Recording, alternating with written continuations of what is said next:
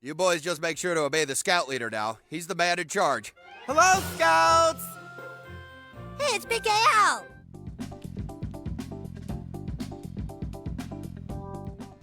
Number 10. Pip Pirrip. Pip, where have you been? What? A lovely day, isn't it? What the hell's lovely about it? In the early seasons, Pip was a major character, albeit controversial. His solo episode Pip from Season 4 became one of the most hated. It's a retelling of Great Expectations featuring no major South Park players except Pip. Well, I was sent to be schooled in London. I see. And you no longer live with the blacksmith? Oh, I see Joe once in a while, but I don't have much in common with him anymore, now that I'm a gentleman and all. The character was written to be annoying, which is reflected in how intensely the others mistreat him. Pip was basically the original Butters, but with much less endearing traits. Bucket, get over there and do whatever it takes to keep those blokes from crying. Righto, Pip. It's been way more than 10 years since his comical death in episode 201. I would like to see if you wouldn't mind not smashing our little town to bits. Now, though, it's challenging not to feel nostalgic for the little British boy. He deserved better. Number 9. Margaret Nelson. Mrs. Nelson, I couldn't figure out number 14. Number 14? Okay, well, let's look at it together. For years, the pupils struggled with Garrison's less than adequate teaching style. After Garrison ran for president, Miss Nelson was his replacement. It was a blessing for the students since she was competent at her job, a rarity in South Park. Unfortunately, she wasn't around for that long. No, I knew this was a prank. You're not tricking me into going anywhere. Like her much earlier predecessor, Miss Chokesondik, Miss Nelson suffered an untimely death. In this case, COVID was the cause. Excuse me.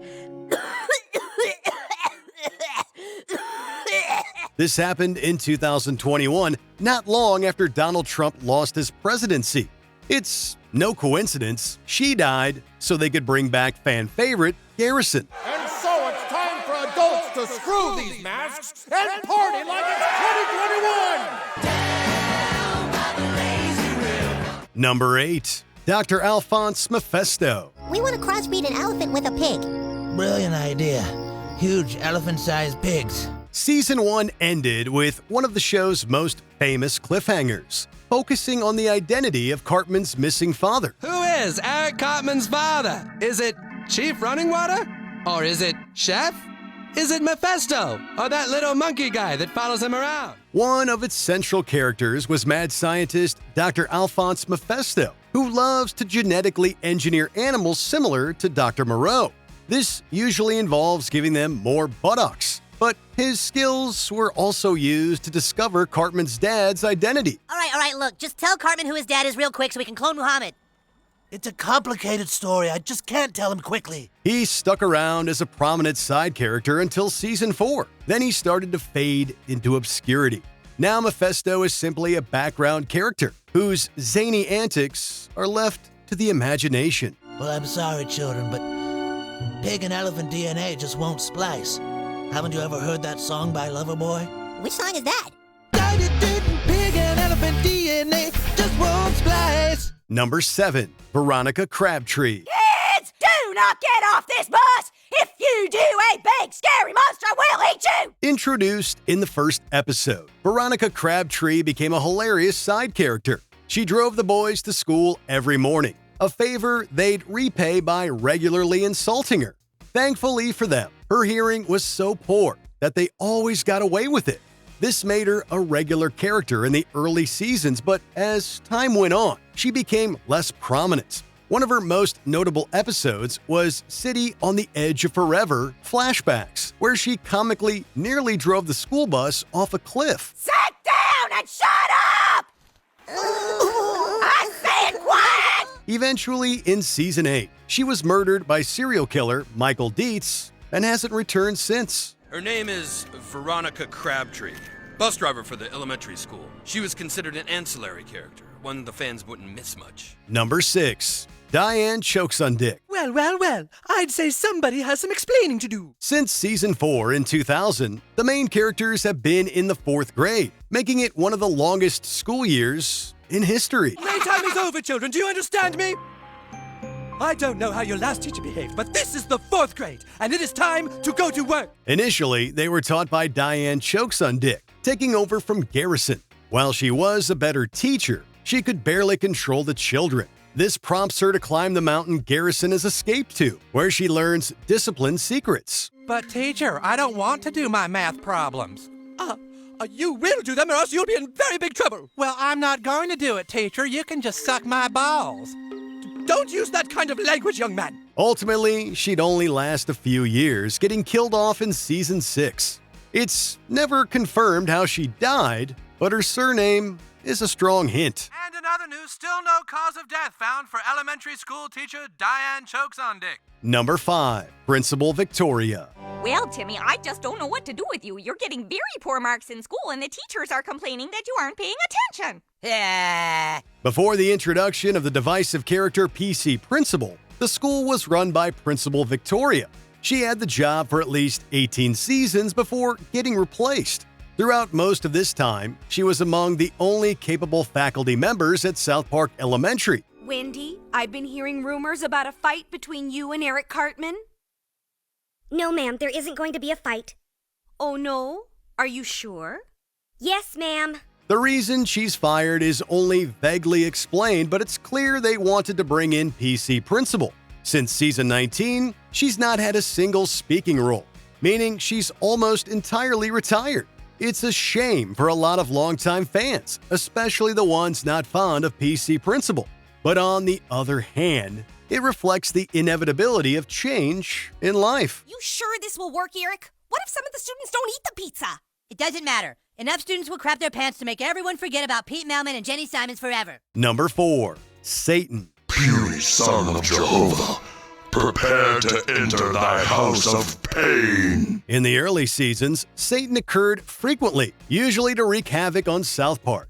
Satan first appeared in the season 1 episode Damien, where he almost beats Jesus before taking a dive. Fools, you're all fools. Of course I took a dive. Don't you see? Who do you think was the one person that bet on Jesus to win? Hilariously, he's in a toxic relationship with former Iraqi dictator Saddam Hussein. Satan and Hussein then become major antagonists of the 1999 movie, until Kenny convinces Satan to ditch his toxic tyrant boyfriend. You're right. I should leave him. I'm just gonna tell him, Saddam, I'm going to Earth to rule alone. I'm strong, and I don't need him. As the show progressed, his prominence declined. His arc concluded in season 22, where he tried helping the boys stop Man Bear Pig. In the end, the Lord of Hell was fatally wounded by the monster, which caused his soul to ironically ascend to heaven.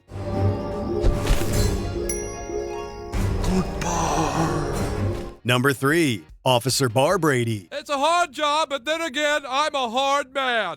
For a long time, Officer Barbrady was the entire South Park Police Department. The series never shied away from joking about how incompetent an officer he is. All right, I can't read. It was frequently the source of conflict in episodes, like in Chicken Lover, where he has to learn to read to save the town. Well, anyway, I don't want to give away the ending, but I will say that it spirals toward an incredible twist turn that parallels my own life. Thank you, Officer Barbrady. That was a very good book report indeed. In season 7, the Park County Police Force was introduced, and Barbrady started to fade into the background.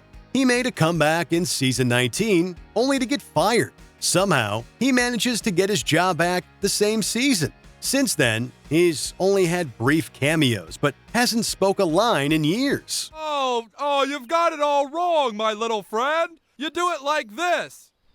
You gotta get them in the head. They go down quicker. Number 2, Mr. Hankey. If you eat a lot of fiber on Christmas Eve, you might get lucky and spot the magical Christmas deity, Mr. Hankey.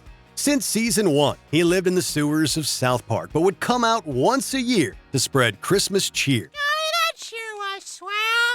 I'd say my Christmas special is going super fantastic. Hilariously, only Kyle and Chef could see him initially, but when residents begin to believe, he appears in front of everyone. As time went on, he went seasons without appearing until season 22, where he was banished to Springfield from The Simpsons. Come on, gang, don't fight. You people focus so hard on the things wrong forgotten what's so right about it. Fascinatingly, he was originally meant to be the show's main character. While we all like him, we have to admit that it'd be a much worse series. Bye, everybody.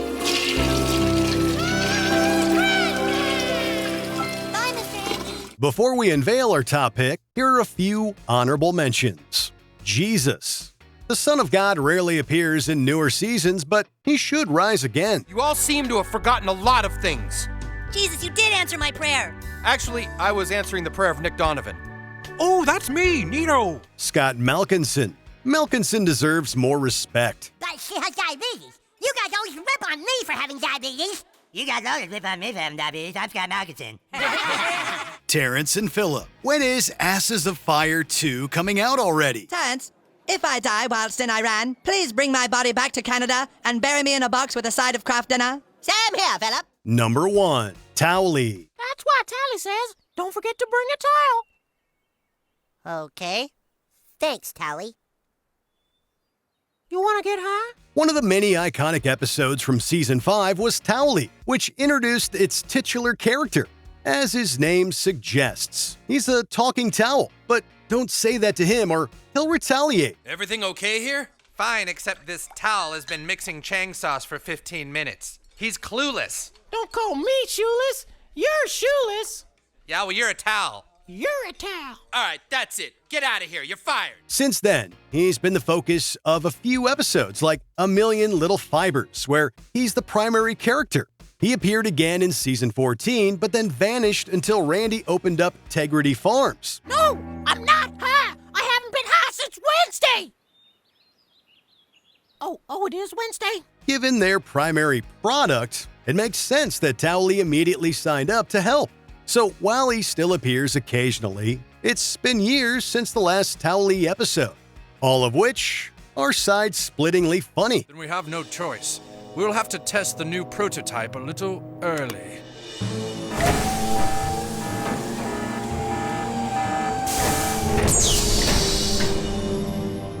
Don't forget to bring a towel.